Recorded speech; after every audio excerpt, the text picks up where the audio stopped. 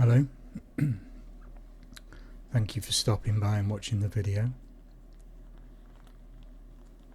was kind of toying with the idea of doing a video on policing the internet.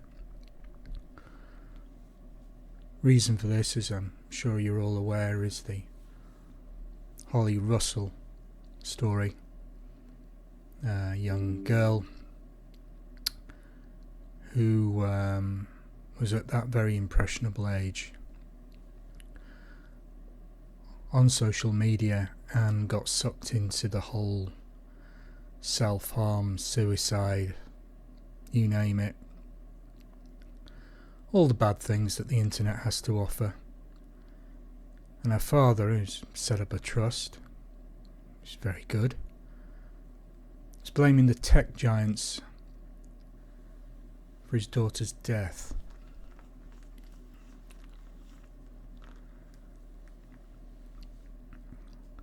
That's the story. There's obviously more to it than that, but essentially that's the bare bones of it. Now, if anybody who've watched any of the videos that I've done on my channel about TikTok, you'll know that I have a rather dim view of that particular social media platform. Not really engaged in Facebook. So I kind of leave all the Facebook people to do what they do, take pictures of their dinners and things like that. I'm sure there's more to it than that. Twitter is more my thing, and every day you'll see something. Somebody will tweet a video of hardcore pornography, or there'll be some quite objectionable opinions regarding people or lifestyles. But I'm old and I'm cynical, and I've seen it 100 times before, and I just think, well, you're a bit of a twat. But when you're young and you're impressionable and you go on the internet for the first time, this whole new world opens up, and it caters for anything, if you know where to look. Now, I'm fairly sure that most of you have heard of the dark web, this nefarious place where you can hire hitmen, and there's red rooms, and allegedly red rooms, all these kind of very nasty things that go on that can't really be on the main internet. Dark web is simply the internet. It's just not very well advertised. It's normally invite only, and you have to have specific information beyond the website. It's normally an IP address.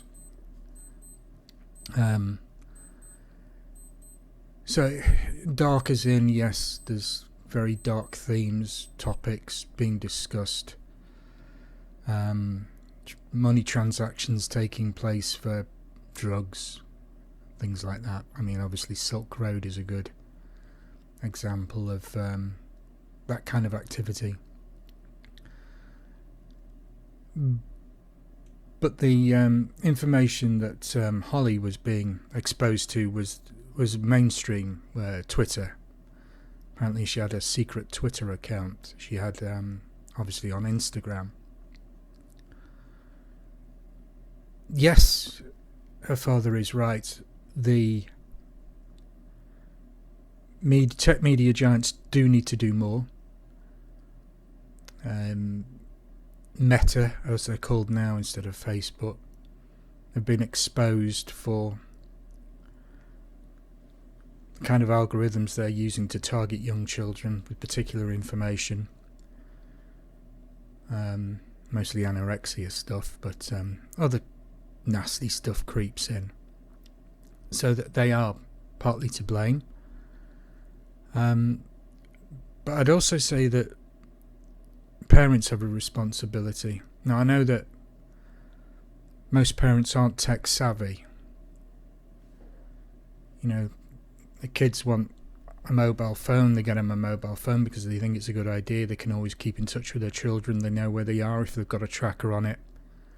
This is all technology working for the good. I'm sure it gives parents a peace of mind to know that they can simply look up where their child is at any time. Whether the child likes that is a different matter, but children reach a certain age where when you tell them not to do something, they're just going to do it anyway because you've told them not to do it. They may only do it once, or they may do it twice, or they may keep doing it. But the fact they've been warned off something, generally in their minds, every young mind is the same. It kind of rebels against the authority, as it were. Now, parents can put parental locks on things, but the algorithms on such platforms as Instagram can get around those. So parents can only do so much. And what parent wants to sit their child in front of them constantly, supervising them whenever they're on the mobile phone, and whenever they want to go out with their mates, you take the phone off them? I mean, obviously, I'm saying the phone because it's the most accessible bit of technology that most kids have. All this information you can get from just a laptop or a PC. So if your kids have got computers in the room, a lot of them do these days, you don't know what they're viewing. Here's a classic example of the kind of thing that your children could be exposed to, and they look at it and think, yeah, okay, that's reasonable. For example, Elon Musk's grandfather was related to the Hitler family. 10 years down the line, some ideologist who's got this locked in his head hears about how bad the Nazis were, killing all the Jews in the Holocaust. Then he decides to have a pop at Elon because he thinks his granddad was related to Hitler. If you go to my Substack, there's an article on there. I think I listed the 19, at the time, top trending lies on TikTok that people were just believing. Another one was aimed at American tourists. I'm not too sure whether this was somebody over here in the UK winding them up, but it's, you can't go into a Starbucks and order whole milk in your coffee because it's racist, and the staff are advised to call the police if you ask for whole milk. There's silly little things. You can't walk across the Millennium Bridge carrying an umbrella and wearing Wellington boots. I mean, this harks back to the old 10 points for American tourists in London that circulated many, many years ago. It's a source of great amusement because it was well written, and I don't think any American would ever take anything on the list as serious. They'd probably have a good chuckle though, to be honest. But things have moved on, and things have become far more sinister as a result. Could Holly's death have been prevented? Yes, it could. Of course it could. She obviously was exposed to all this negative content on whatever platform it was. I'm saying Instagram. I think it was Instagram. And she bottled it up inside. Ultimately, the people who are responsible for Molly's death are the people who put the content out there.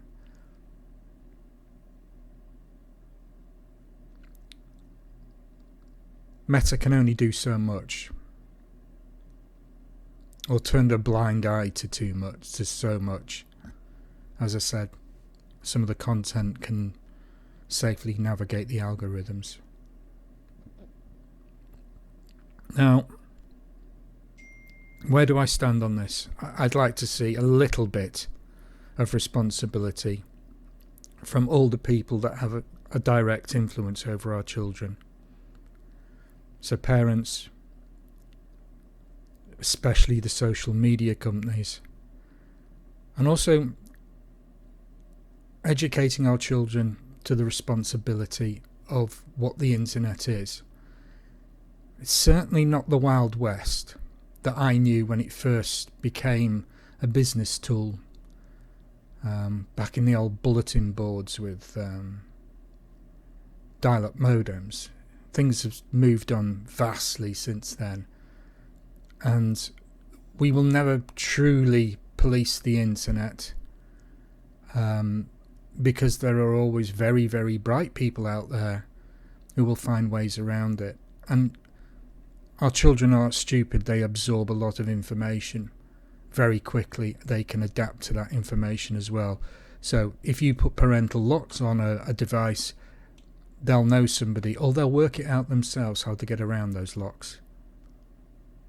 So banning them isn't going to work. I know a lot of parents would love to see whatever age young children have no access to the internet. I can understand that. But again, it's a case of you tell a child not to do something, they're going to do it. If they can't get access to it, they'll have a friend who does, and that friend will probably have very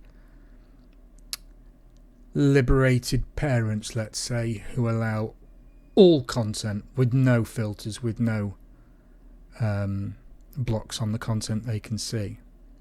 So your child will get access to that information. So it's more of a case of educating them.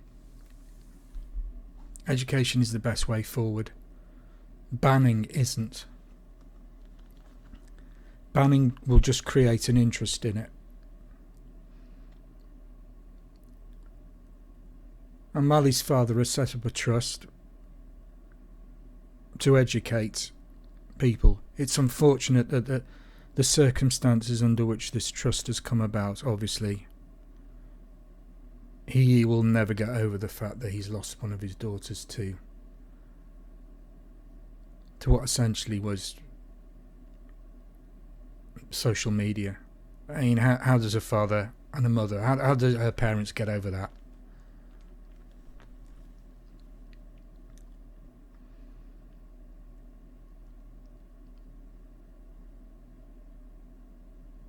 Anyway, by all means try to police the internet. I don't think it's going to work because, as I say, people always will find a way around it. Would you excuse me one moment?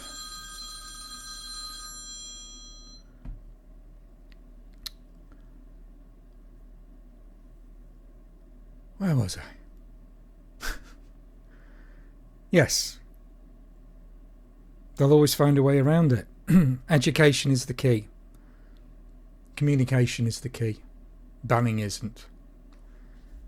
The more we can educate the children regarding social media, especially, all aspects of it. So that's the people who put out anorexia information, self-harming, suicide, catfishes, all the nefarious content that goes out onto these platforms that only does bad, never does good, no good ever comes from it.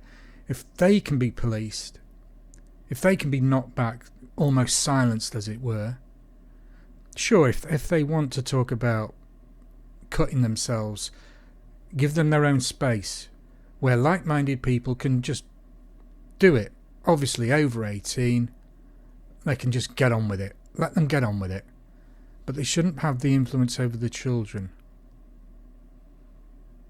Now, I do blame the social media people, like Holly's father does. But it's not solely their problem. You know, parents can do something, and we can educate our children. Education is by far the best means of combating these idiots who put this kind of content out on the internet. I've got to make a phone call. I've got to go. Thank you for stopping by and watching my video. Have a good weekend. Bye.